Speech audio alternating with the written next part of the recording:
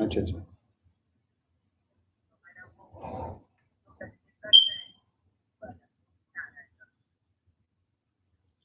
अच्छा। नहीं नहीं नहीं नहीं, तो आपके एप्स लिस्ट में जाके आपको देखना पड़ेगा।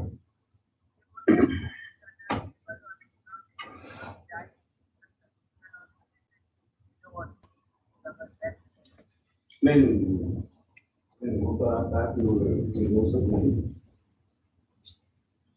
तो वो इसमें ढूंढना पड़ेगा, तो आपके ऐप पे इसमें ढूंढना पड़ेगा।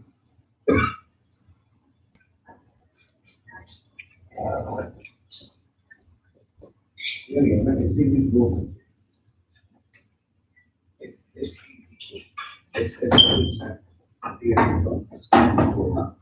हाँ वही वही वही वही, हाँ हाँ वही exactly.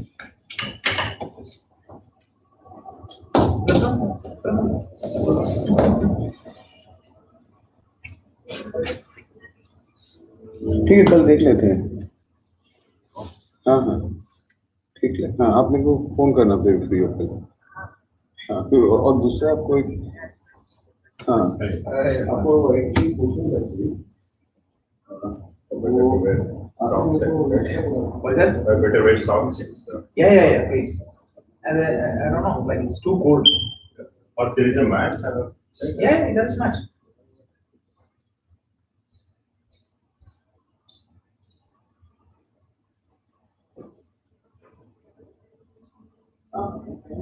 Okay. Yeah.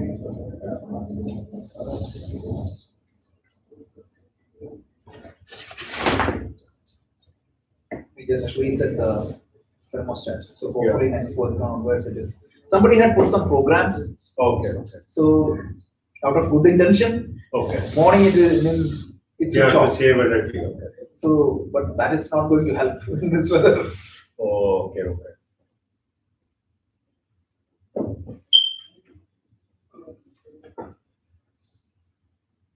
Can you record today? I need the board also because today I'm going to use a lot of whiteboarding. So Okay. here is the Yeah.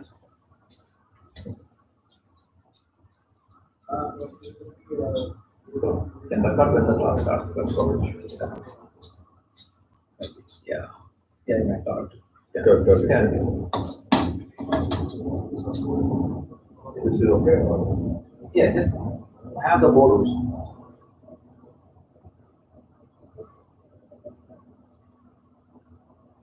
Oh, you want the board? Yeah.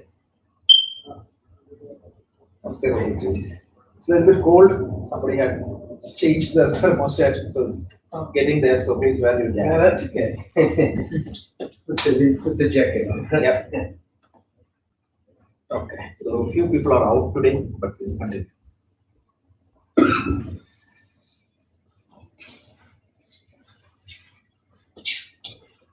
Ready, Rajesh? ये Okay. Should I start? Yeah, you can start. So, on the seventh session, like we are getting into a very interesting and one of the most complicated topic. But apparently it is complicated, but once you know it, you think that it is complicated. Typically, some things are like that. So we'll be using a lot of whiteboards. The slides are there on the share, but please give the full attention. This will be clear. Not a problem at all. So 5-minute recap where we are. We said like the ultimate goal of every human being is being secure, being happy, uninterrupted happiness. We saw that every other goal you pursue is indirectly tied to one of these goals. First thing you want is security. Once you're secure, you want to be happy. Some people go after power because they think that the power makes them happy. Some people go after money because money makes them happy. Relationship, everything can be categorized into these two buckets. But our practical experience is whatever we gain. Remember that example? Moped, 1,000 rupees, means 3-digit salary, and what was that one, like a good job. Yeah, the web job, Wipro job. Wipro job. These were the 3 goals. But now you have 100 times, 100x more than what you wished for. But still, that happiness is not there. So some people give up. They think that this is hopeless. Some people believe that okay, this life is gone. We will find that happiness in heaven. Escape route. But Vedanta comes back and give me an assurance that hey, you can get that security, you can get that happiness, you can remove your self inadequacy, right? Self means inadequacy is the basic problem. You can remove that. Whatever is the situation, you can be freed from all the sufferings. Remember, we didn't say that you can be freed from pain. We said we can be freed from all sufferings. Then what is the fundamental problem? We saw that. We said that if you don't perceive something properly, misperception would create confusion and problem. Remember that one class we said, 3 of you go out, one saw a snake, another person didn't see anything, and the third person saw a rope. So we derived 2 things. If you don't perceive anything, you don't have anything to fear. If you perceive correctly, then also that was okay. But if you perceive incorrectly something, it can create problem. And Vedanta tells that that is the problem here. You are not perceiving yourself properly. When you don't perceive yourself properly, you think that you are inadequate, you are insecure, unhappy. So if that is the problem, how to remove that? If I am not seeing myself, what is the problem? Find out a way to see myself properly. Correct? So in that particular example, what is the problem? Go with the torch and find the rope properly. So what we do instead, we try to make sure that I'm wearing a boot, I'm wearing a killing, means getting instruments to kill snake, I'm getting all those things. But there is no snake there. So the problem is you're not perceiving it properly. If you're not perceiving something properly, the solution is perceive correctly. So any perception demands a means of knowledge. If I want to see something, I need my eyes.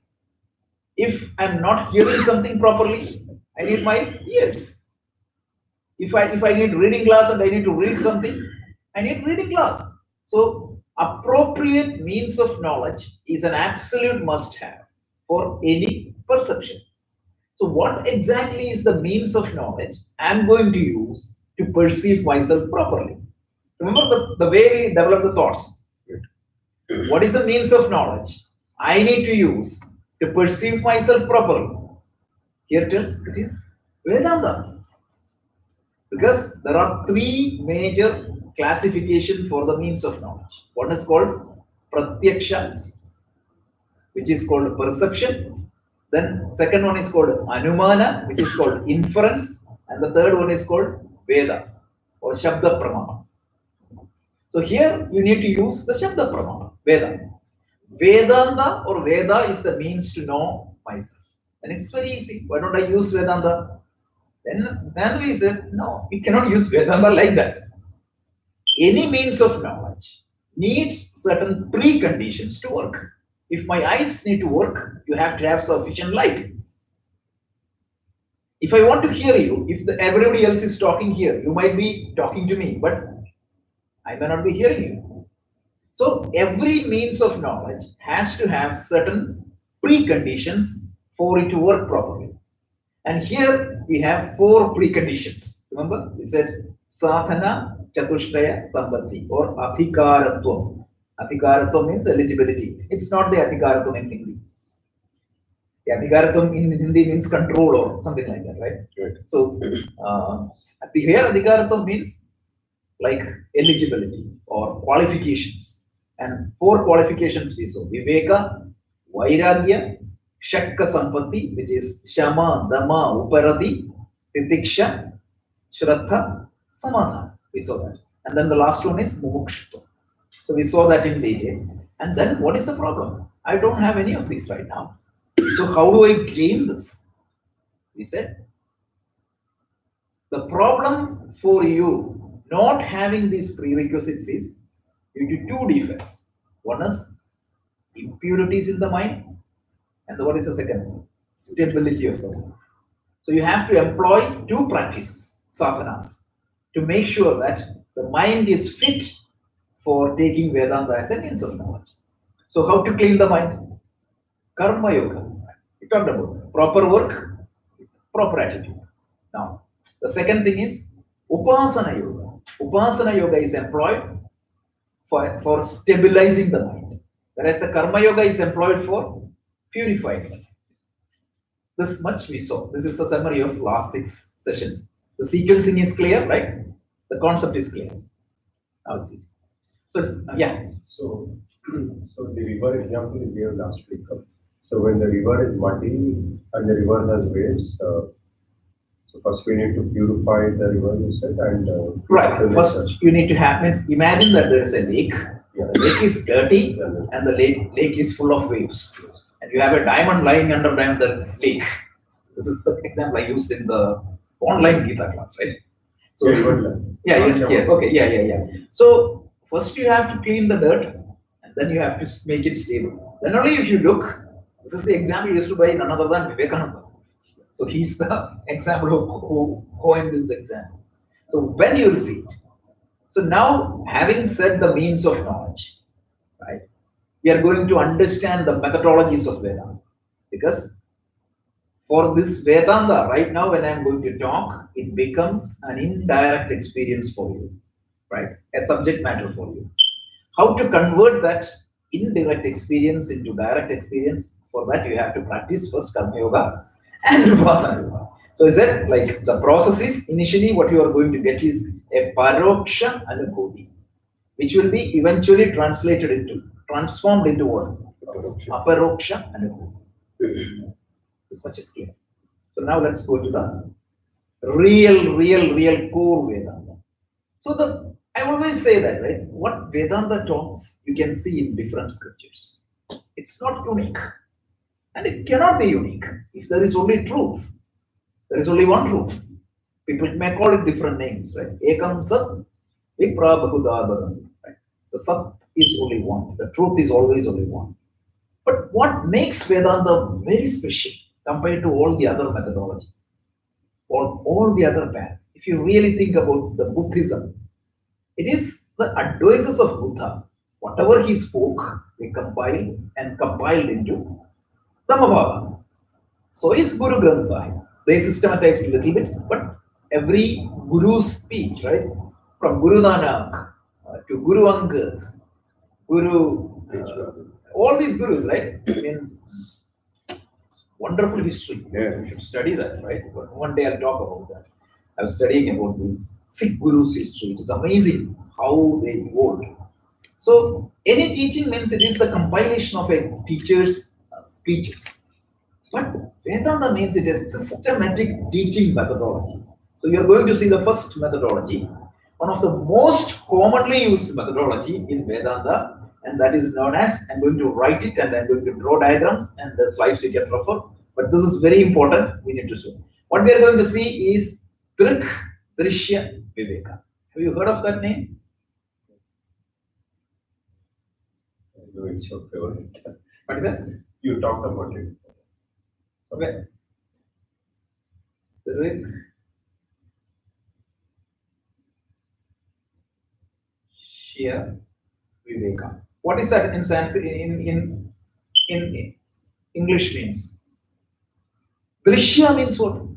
Sight. Seen, right? What the sight, Yeah. right? Drik means what? The seer. Who is the seer and the seer? So what we are trying to do is, the problem we are trying to address is, who am I? Who are you? That is the question we are going to address here. Essentially, remember what exactly is the problem we are trying to solve? I am not perceiving myself correctly. So I'm trying to understand myself properly.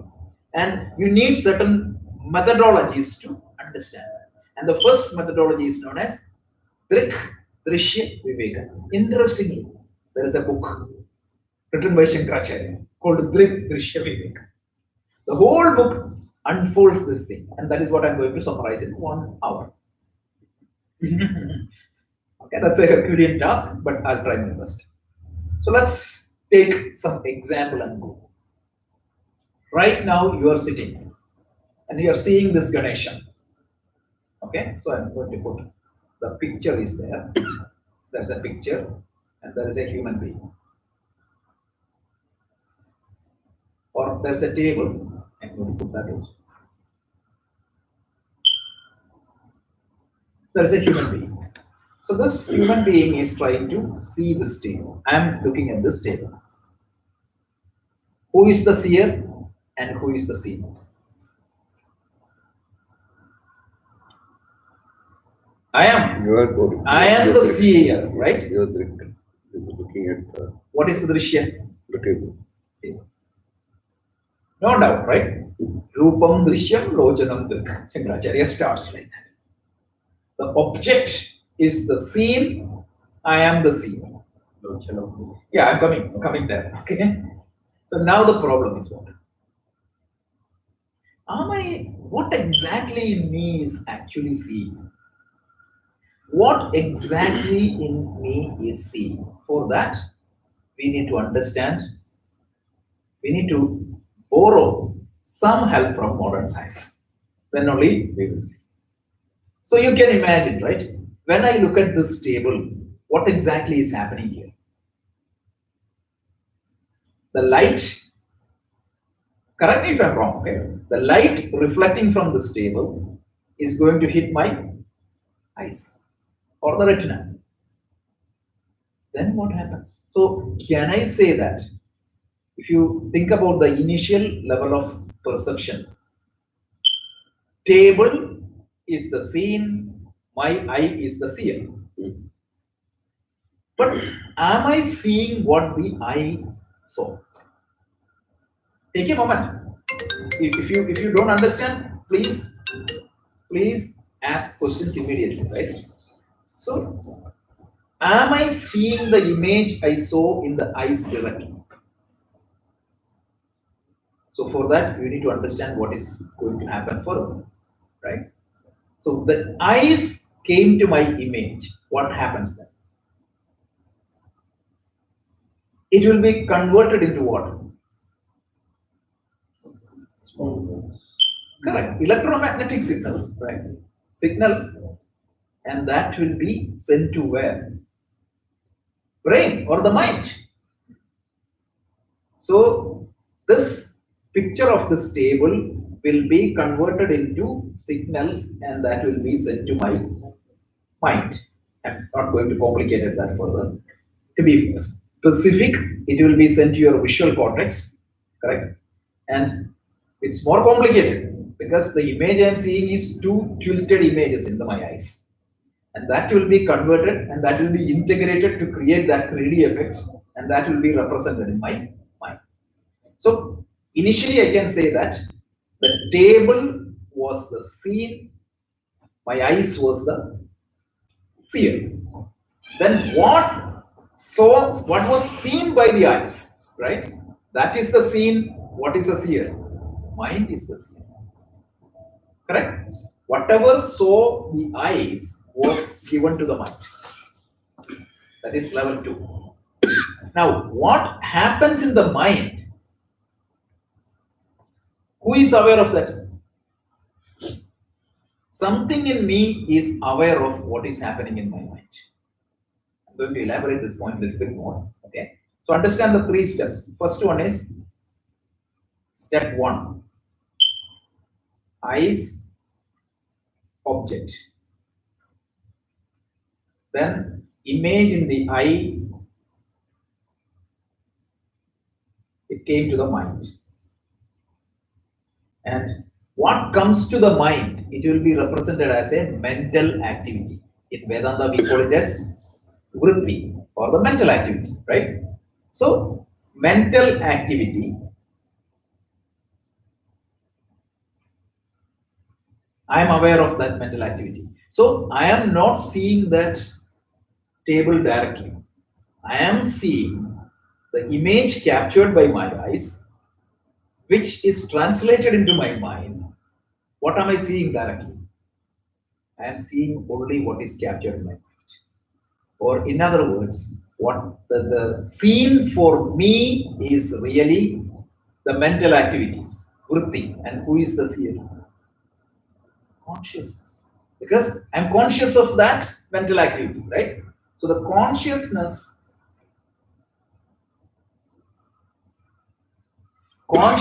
is the seer, whereas the mental activities is the seer. These are the three levels of perception. Rupam drishyam, lochanam drih. Rupam drishyam. The form of the table is the scene. Lochanam. Lochanam means what? Eyes. Eye is the scene, seer. Then he tells tat drishyam. Whatever seen by the eye is the scene. Drittu manasam. The mind sees what saw the eyes. What is captured by the eyes? Can the mind directly see the object? Can the mind directly see this object? No. Correct? Eyes, if the eyes are not there, mind cannot see it. If the mind is not there, mental activity is not there, I cannot be aware of that. Is that clear? If it is not clear, let's take another multiple example and make it very clear, because this is very important. What is the line? That Rupam drishyam lochanam drik. Tat drittum drishyamanasam. My mind sees what my eyes see. Correct. Exactly. Then what the mind saw, who see? What the mind saw was Three vrittaya sakshi. Sakshi means consciousness. Three vritti, mental activity, is seen by whom? Consciousness. And so who is the real seer? Consciousness is the real seer. Consciousness is the real seer, but what is the scene? Mental activity is the scene. So what my mind saw, what my eyes saw, my mind saw. What my mind saw, my consciousness saw. Correct. And there is nothing else to see consciousness, because consciousness, without consciousness, you cannot see anything, right? So even if you close your eyes, you can imagine something.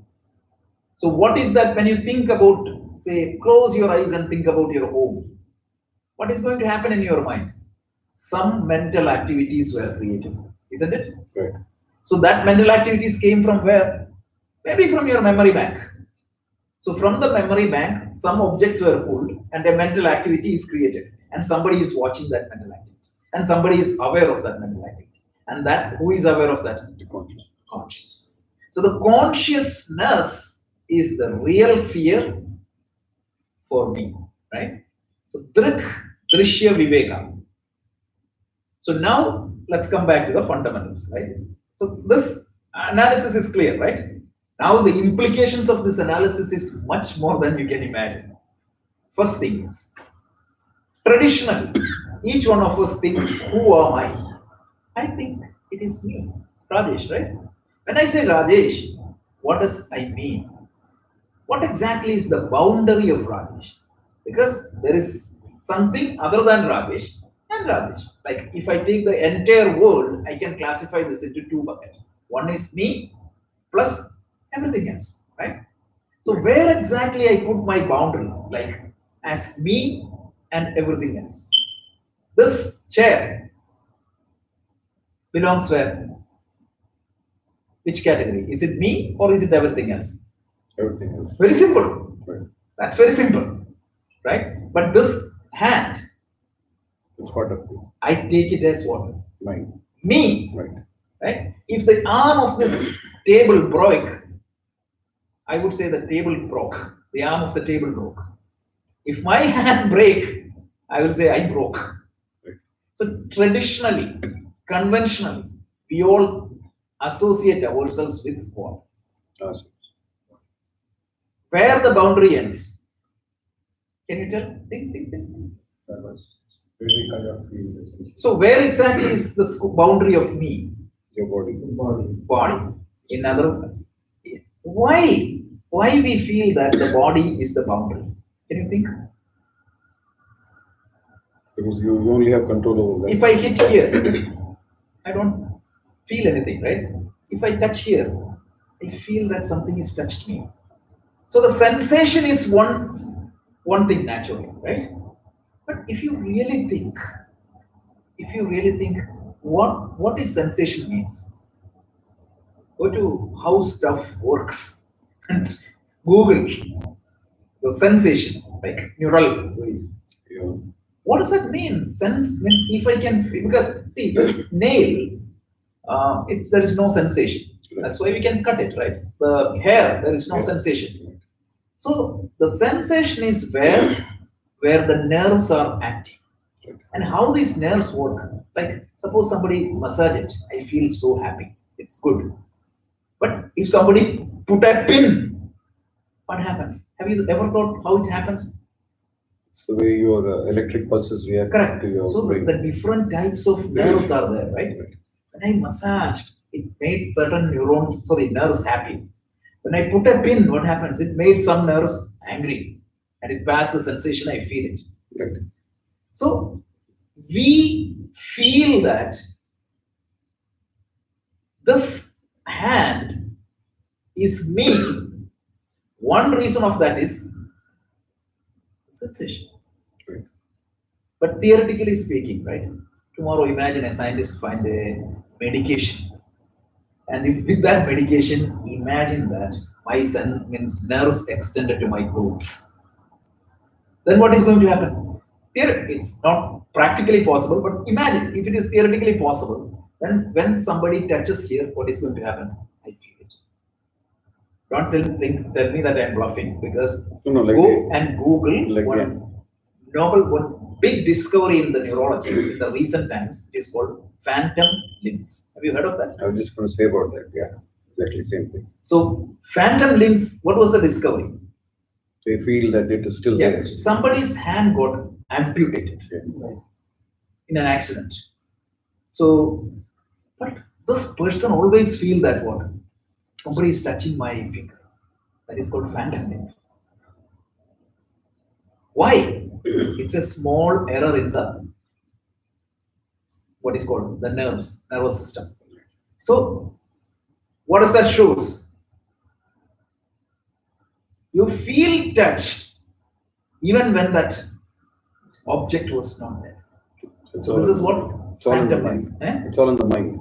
It's all in the mind. So the thing is, no, the nervous system gives you a feeling that this is my boundary. This is not Vedanta, this is science also proved it. So means just go and read a brief history of, a brief tour of human consciousness. That is the book. The book has, I'll have that book here next week. Vijay has that, my book. What's the name? You said? A brief tour of human consciousness by Dr. Ramachandran. He's a person of Indian origin. He's the one who found this out. He's one of the popular neurologists in the modern world. So, what happens is the feeling of yourself in the body is given by nervous system. If theoretically you can extend the nervous system to my shirts, then I feel that the shirt is also me. Right now, I feel that okay, I have this particular color. If this was extended to the shirt, then I feel that okay, it is a check color. So that's number one. So here in the Dridrishya Viveka, the simple rule is whatever you can see is not you. Right? Anything you observer is not the observed. That is the simple rule. Observer is not the observed. Observer is different from the observer. Observed is different from the observer. Observer is me and the observer is different. Observed is different. This is the fundamental rule of the Dridrishya. And this methodology is applied in different scenarios. So initially we say that, okay, you're reducing the scope for the, means initially you're on a high level, you can say that this is me and everything else is the world. Then the Rishi did little bit more analysis. Is that true? Why am I feeling that I am inside a body? He said, one reason is this sensation. The sensation creates me a feeling that this is a hand belonging to me, not a hand belonging to me, this is me. Whereas I see that the house belongs to me, but I'm not the house. Nobody will mistake themselves as a house. Nobody will mistake themselves as a car. But I take my hand as myself. Because what? This feeling of sensation. And second thing is what? There are two things the Vedanta tells. One is because of this sensation, I take myself as the body. The second point Vedanta is telling is what? It is due to the sense organs I feel that I am sitting here. I am inside here in the body, right? Because how do I see the world? Through my eyes. We are all visual. So we feel that we are behind that. Correct? So imagine if a scientist make a apparatus and it is connected to me and you.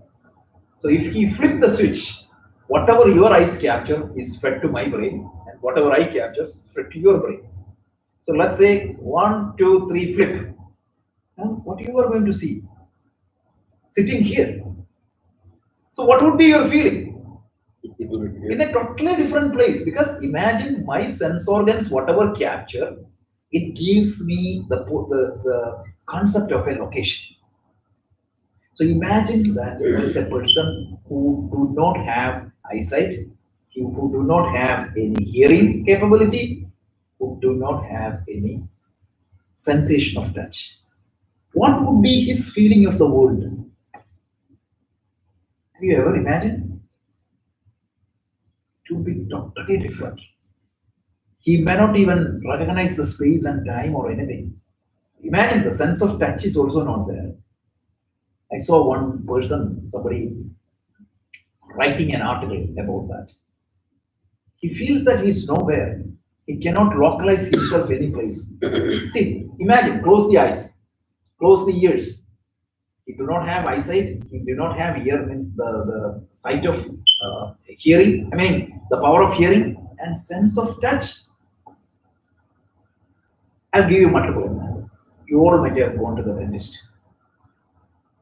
And once you come out, you feel that something is there? No. Novocaine. So the Novocaine numbs the nerves and imagine, you feel that that is not me. There are foreign objects sitting there. I'll give you one more example. This happened to me multiple times. Sometimes I used to get up in the night suddenly and I feel that my hand is not there. Some foreign object is connected here. Yeah, when it goes numb, that's numb. Yeah. Have you ever happened? Yeah, when it goes numb. So then, have you ever felt that this is a foreign object? This is like a foreign object to me. Yeah.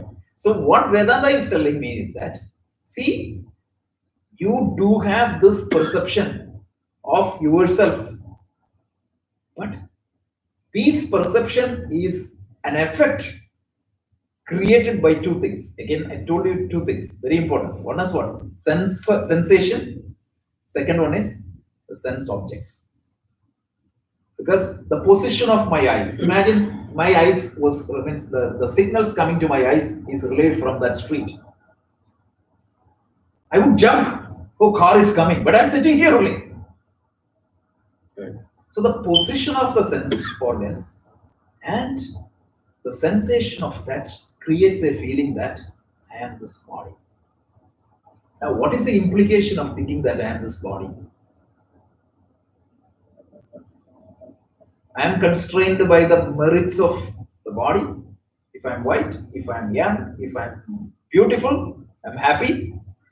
But there are hundreds of other things. If I'm dark, or if I'm like the color, the shape of your face, all that was going to create a lot of self-judgments. And when the body gets old, aged, you're afraid. What? I am ceasing to exist. That is what my understanding is. Imagine that you have a wonderful car. You've got a brand new car. You love the car. Don't you have to take care of the car? But imagine if you consider yourself as car, if you identify with that car. If the car breaks down, you will start crying. You will be too much anxious. And finally, when the life of the car is over, you are afraid. Whereas if you consider that as your car, something you need to use for day-to-day transaction, that's a totally different experience. So here Vedanta tells me that all these equipments, whether it is all the sense organs and the bodies, yes, that they are the most wonderful gadgets given to you by God for transacting with the world outside. Why do I use car? Because it makes my life easy, like a commute, right? Don't you need the car? Absolutely, you need the car.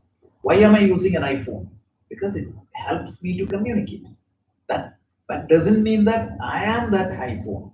Like that, I have the most wonderful equipments in the world. No human being can ever think of creating an equipment like this. But know that they are not you. Now Shankaracharya tells a little bit more. So let's see that.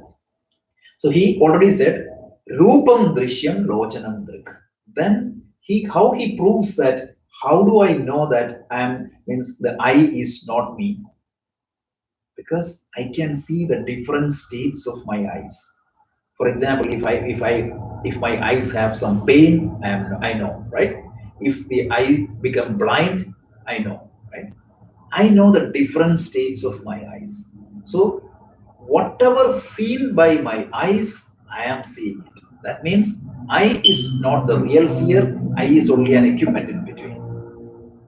Just like that, a binocular, because binocular or a camera captures that stuff, eye captures stuff. It's exactly like the camera. The human camera is modeled after human eyes, right? The cameras are modeled after human eyes. So the image comes to the camera. Camera is not the seer. Camera captures that image for me to see. So like that, exactly like that. The eyes captures the image for me to see. And another beautiful example Shankara tells, right? Imagine that there are some people who has color blindness. The world is wonderful, multicolor. But how is his vision is going to be? Black and white. Why? Is he seeing the world as it is, or is he seeing the image represented in the mind? The eyes are capturing it as color, but when that image is relayed to the mind, what happened? In between, some mistake happened. As a result, what happened? The mental activities, the chitta vrittis are what? Black and white. So when the chitta vrittis are black and white, I am seeing black and white. So what exactly I am seeing? I am seeing chitta vritti. Even though the color image came in the eyes, I am seeing only the black and white image. So that is, Shankara tells that I is not the real seer, I is an intermediary seer. Then what about the mind? Some people will argue that mind is seeing. No, because you know the different states of the mind.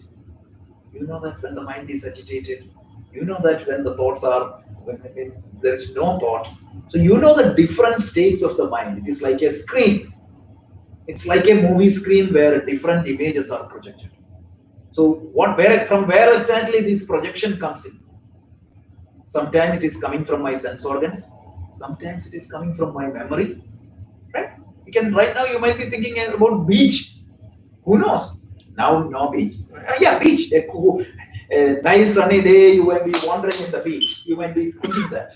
So that's not the point. The point is the mind is like a screen. So chitta, when different images are projected, sometimes it is directly coming from the sense organs, sometimes it is coming from my memory, and sometimes it comes from in the dream also. Right? What is a dream? You are seeing it very clearly. Right?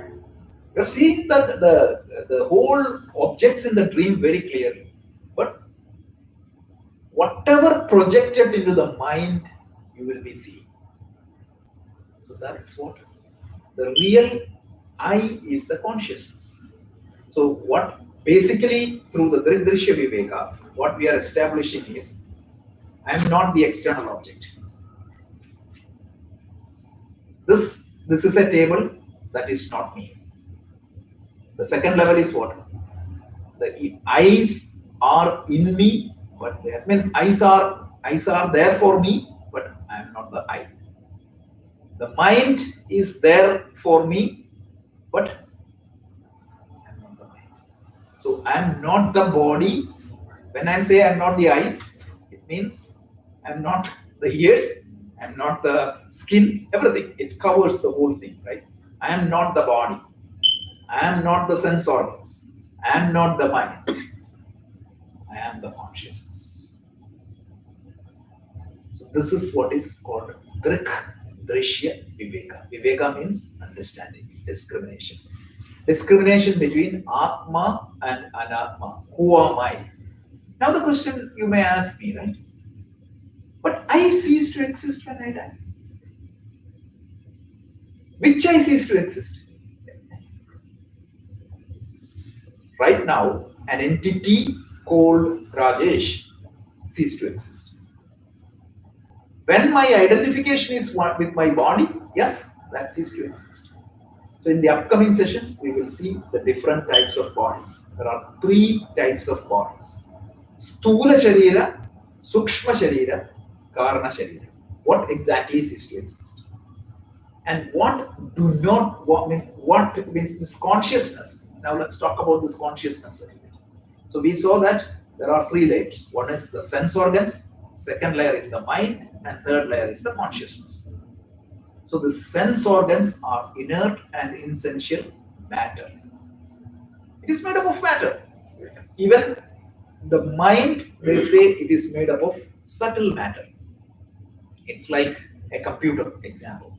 If you take the computer as the example, the hardware is the body, the software is the mind. So the definition of software is what? That which cannot be seen and touched. That is what is software. Software cannot be seen and touched. But without the hardware, the software will not work. But what exactly is the power behind this hardware and software?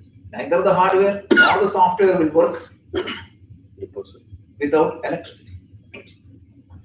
Windows is also, or the OS is also a software. So without electricity, nothing works. So here also, without consciousness, there is nothing work. But before that, let me define the consciousness, because consciousness is a broad term which is used in different contexts with a different meaning. So what exactly we mean? We mean, meaning the Vedanta means by consciousness, because if you take neuroscience, it's a different definition of consciousness. So when you read the neurology book, when you see the term consciousness, most times it uses synonyms with the mind, etc. But here it is different. The definition is very clear in Vedanta. Shankaracharya brilliantly defines. He tells that by which you are aware of your mental activities. That by which you are aware of your mental activities. And everything else creates mental activities. When you hear a music, what is going to happen eventually? The sound will come to my ears. It's so brilliant, right? So through this hole it will go and it will hit somewhere, and which will hear drums, which will vibrate, and eventually that will shake a little bit liquid inside, right? And some I think hairs or something is connected in that liquid, that will vibrate and that will create electromagnetic signals, and it will go to your mind and it will represent it as some thoughts or mental activities. And what exactly, when you hear enjoying a nice music, what exactly you are enjoying? You're directly seeing mental activities. The sound converted into mental activities is what you are experiencing. Amazing. When somebody touches you, what is happening? It will be translated again as electrical signals. It goes to the mind and it will be represented as mental activity. And how brilliantly it is orchestrated, right, or planned. Like the sense of touches will be represented as a one set of activity. It will generate a feeling in your mind. So one is you experience it, and then it corresponding mental activity will be generated, right? So I hear a beautiful music. It generates an activity which tells me that it is beautiful, and that is also seen by consciousness. All these mental activities are happening, and complicating this matter further, it is 100% multitasking. While my eyes seeing here, the ears can listen to the sound. At the same time, something can touch me. At the same time, I can put something into my mouth. So all these signals are coming. All these are creating different types of mental activity, and the consciousness is simultaneously watching that.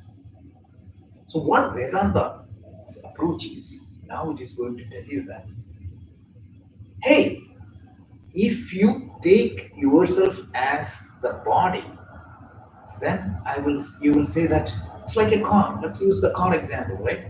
So if you take the car example, you will say that it is a 2019 BMW. Like that, you all will say that, right? 1978 male, Indian version of male. From where that attribute came? From the body.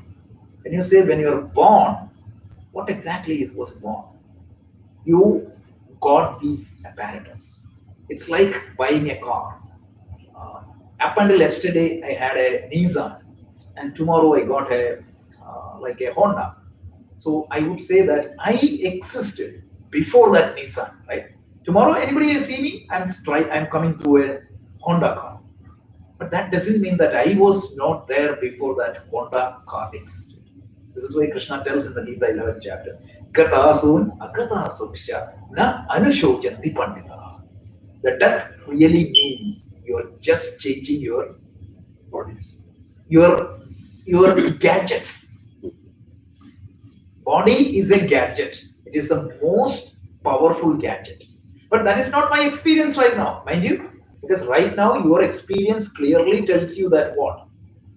I am the body. Right. And I explained to you why. There are two reasons. One is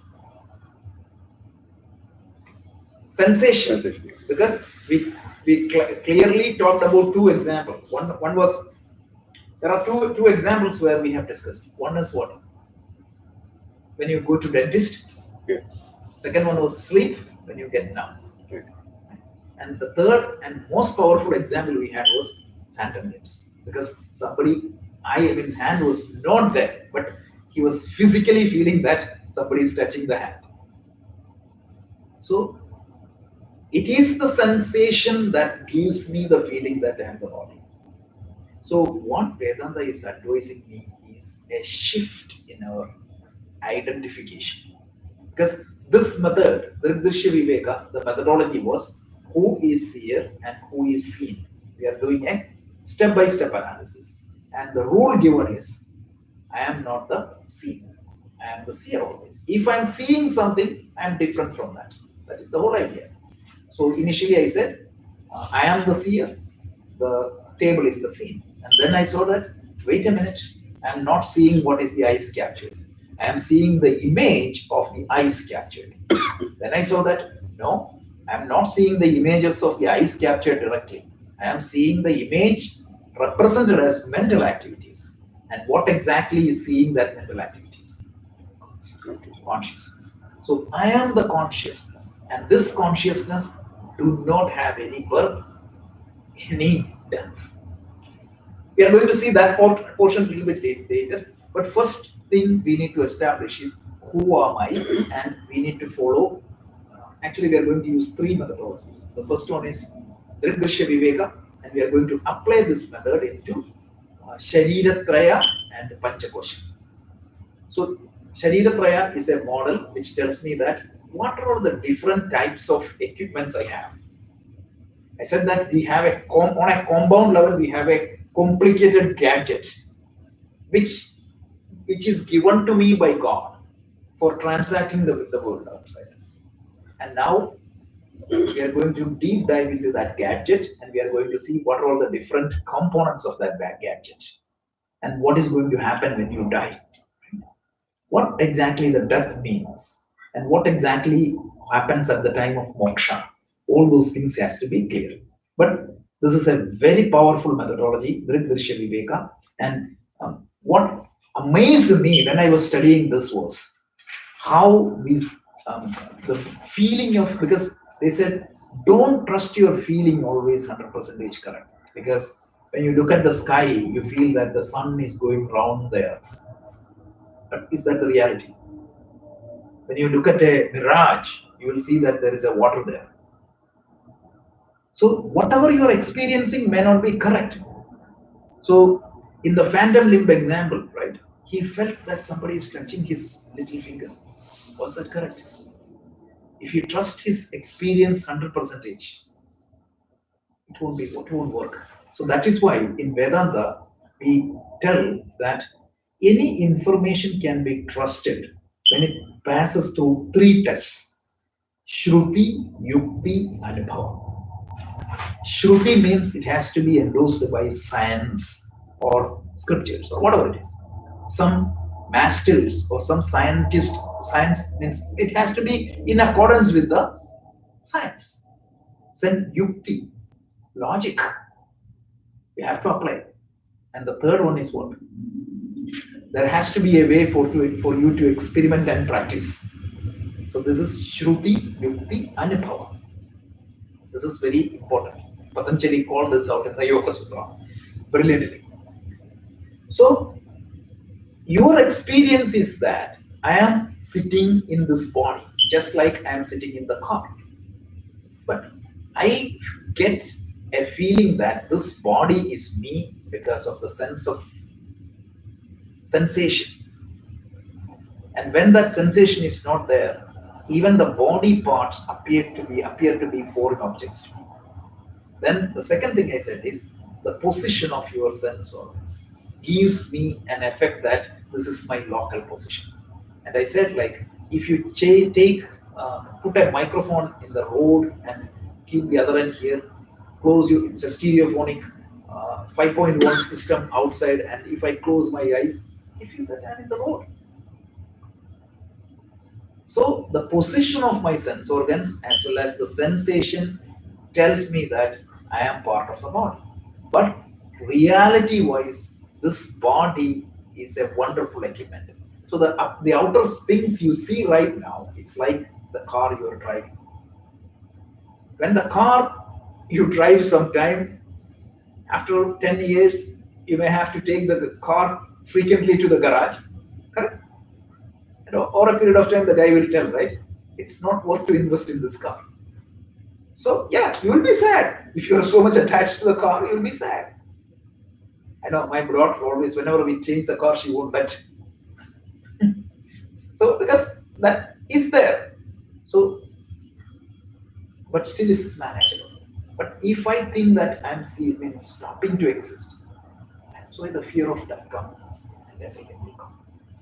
Remember, this is why Vivekananda told Rockefeller, once you study this, you can die peacefully. Once you experience it. And he tells, right, man dies but once. So when you're talking about consciousness, are we talking about Atma now? Because now when you're saying yeah, you are different from your body and you're not part of your body, yeah, then are we talking about something like Atma? Atma, I was not particularly using the word Atma because the moment I use Atma, all of you may have some different ideas, right? You may think that something is sitting in my mind, inside me, that is Atma. And that's not Atma. Consciousness is Atma. Atma means what? Literal meaning is self. Atma means self. Who am I? It is the consciousness. And fast forwarding a little bit, how many consciousness are there? There's only one consciousness for the entire universe. So that's what we are going to see that in a little bit later. But right now, let's keep this concept clear. But think through this, because you versus everything else. Think of your body as a gadget given to you. This is the very powerful statement. Think of your body as a gadget given to you. Some people may tell me, right? Once somebody was telling me, oh, if I think that this is not me, how do I take care of it? Don't you take care of your car? Don't you take care of your house? Oh my God, when you go to mall, one example you can try. There will be always one car which is parked away from all these cars. Walk to that car and look. That will be a brand new car. Why? That guy is so attached to that car. And if you get a dent in that car, oh my God, his heart will break. So people take care of their belongings. So this is the most powerful belonging, because without this powerful gadget, if there was not a car, how do I commute? If there is no aeroplane, how do I travel to India? Imagine 5 generations back. How much was the scope of your fifth grandparent would have traveled? So you're from Andhra Pradesh, right? So your Shankaracharya is an exception, but typically their commute would be limited to that locality. I told you one example, right? Julius Caesar, the most powerful emperor in the world. What was the maximum speed of his commute? 35 kilometers per hour. That's the speed of a horse. Right? So these gadgets makes the life wonderful. And without this gadget, I cannot express my life in the world. That is why if the eyes was not there, even if the consciousness is there, even if the mind is there, I won't see anything. So the gadget is extremely important. And then if my mind is not in a good condition, you might be saying, waving your hands in front of me, but I won't even see you. Have you seen these people in Kerala? We have that one common practice, especially in holidays like Onam and Vishu or type of Diwali, right? People start playing cards, and that goes for days. At that time, even if you call him, he won't listen. The sound waves he thinks is eardrum. And in hostel, that was common. Kids used to play cards for days without anything. I mean, it's like your kid at home and you start yelling at him. Yeah, why? He's hearing, but Why? he's not Why? hearing. Why? Have you ever thought of it? Because his mind is somewhere. His mind is somewhere else. Right. So even though the apparatus is here, if the mind is not there, he won't see. So we will see later in the Vedanta, right? All these things has to be aligned, integrated. That is what yoga. One definition of yoga is the integration of all these things together, right? Your body needs to be integrated with mind needs to be integrated. All that is integrated, what happens? Oh, you will have wonderful things comes out of you. I'm studying now. What happens? When I open my book, something else will come. Focus. Hidden driver of success. One book I said right, earlier. Focus, the hidden driver of success. Wonderful book. So that's why. Understand that this is an apparatus given to you. This is a gadget given to you. And how did we establish it? Based on the simple principle that observer is different from observed. And who is the observer? Real observer here. Consciousness. Everything else is intermediate observers. That means whatever that captures, it is being seen by. If somebody tells that it is the eyes that see, it is as if telling that camera is the seer. Whatever captures by the camera, you are seeing that. Like that, whatever captured by the eyes is seen by the mind, and what is seen by the mind is seen by me. So who am I? I am the real seer. Imagine 5,000 years back, somebody can think to this level. That is what amazes me. Amazing, like no words. How many slokas are there? No, this book is just a compilation of this concept. This is Upanishads. What we are talking is Upanishad. See, all these Prakarana Granthas are compilation from Upanishad. See, why I'm going through these step-by-step sequenced processes. Without this, if you go and take an Upanishad, you won't understand anything. What I'm telling you is the summary of what I studied in 20 years. Right from my school days, I started and struggled fall down multiple times, right? So once you get a grip, then you see that if this, that is why when he was asking me to go over the Upanishads first, I said no, it will throw you out completely, because Upanishad is going to talk about Drisha Viveka. Without knowing what is Drisha Viveka, how do you understand it? Okay, that's good. So we will stop here, and I posted the notes also there. You can review that and read. And this is extremely important. 3 basic things. Understand who am I. The basic principle is observer is different from observed. That's it. That is what is Drishya Viveka. The Viveka that is generated out of the discrimination between the seer and seen. And then in step by step, we saw who is the seer and who is the seen. In 3 steps, we came and concluded that consciousness is the seer and everything else is seen. Good. Any questions? This is at least theoretically understood, right? This is Paroksha Anubhuti. Now it. So this is the real Vedanta. So today only we really start with the actual Vedanta. So far was the prep to enter into the Vedanta. So we need to see the Shariratrayam, we need to see the Panchakosham, we need to see the Jiva, Jagat, means the Ishvara Aikyam. We need to understand who is Ishvara and what is the relationship between Jiva, Jagat and Ishvara. We need to see the creation, and we need to see the externally, how do you derive the same concept. So these are the remaining 11. I mean, total, we said around 18 sessions we will finish. Like this is 7. So by 17 we finish, and then we will recap 1. So at the end of this, can I look at myself sitting in myself, or do I get a vision, me outside and looking at me? So it is going to give you the knowledge, because only knowledge can remove this, and then you can start practicing Karma Yoga and Upasana Yoga, and once your mind is stable, it will be good. I'm not saying that you will get self-realized now, but definitely you will see a huge change. That is for sure. So once this is done, we will study Isha Upanishad. Okay, so I'll see you on some people I'll see you on Sunday. Yeah.